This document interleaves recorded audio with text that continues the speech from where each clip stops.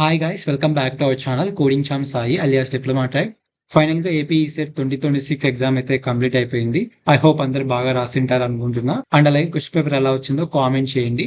ఈ వీడియోలో వచ్చేసి మనము ప్రిలిమినరీకి ఎప్పుడు రిలీజ్ చేస్తారు, అండ్ అలాగే ప్రిలిమినరీకి అంటే ఏంటి, రెస్పాన్స్ షీట్ అంటే ఏంటి అనేది మీకు ఎక్స్ప్లెయిన్ చేస్తాను. ఓకేనా, ఫస్ట్ ప్రిలిమినరీకి ఎప్పుడు రిలీజ్ చేస్తారు మనం చూద్దాం. మనకి ఇంపార్టెంట్ డేస్ లో వచ్చేసి ప్రిలిమినరీ కీ రిలీజ్ డేట్ వచ్చేసి 27 at 5 PM మండే అని మెన్షన్ చేశారు.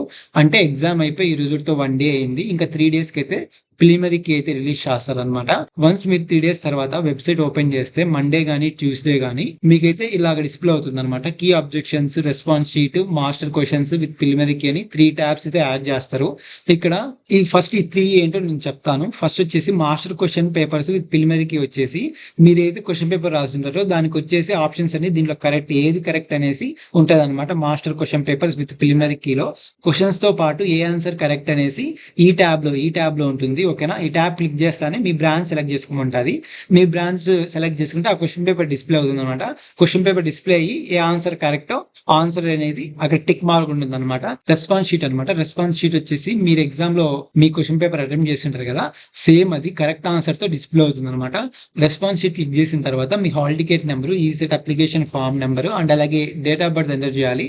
ఆ 3 ఎంటర్ చేసి సబ్మిట్ కొట్టిన తర్వాత ఈ సెట్ సెంటర్ లో రాసింటారు కదా, ఆప్షన్స్ ప్లే చేసింటారు కదా, మీదే అనమాట డిస్ప్లే అవుతుంది. మీ పేరుతో మీ డీటెయిల్స్ అంతా డిస్ప్లే అవుతుంది అనమాట. అక్కడ మీకు వచ్చేసి మీరు సెలెక్ట్ చేసిన ఆప్షన్ ఒక సైడ్ ఉంటుంది, కరెక్ట్ ఆన్సర్ వచ్చేసి ఇంకో సైడ్ ఉంటుంది అనమాట.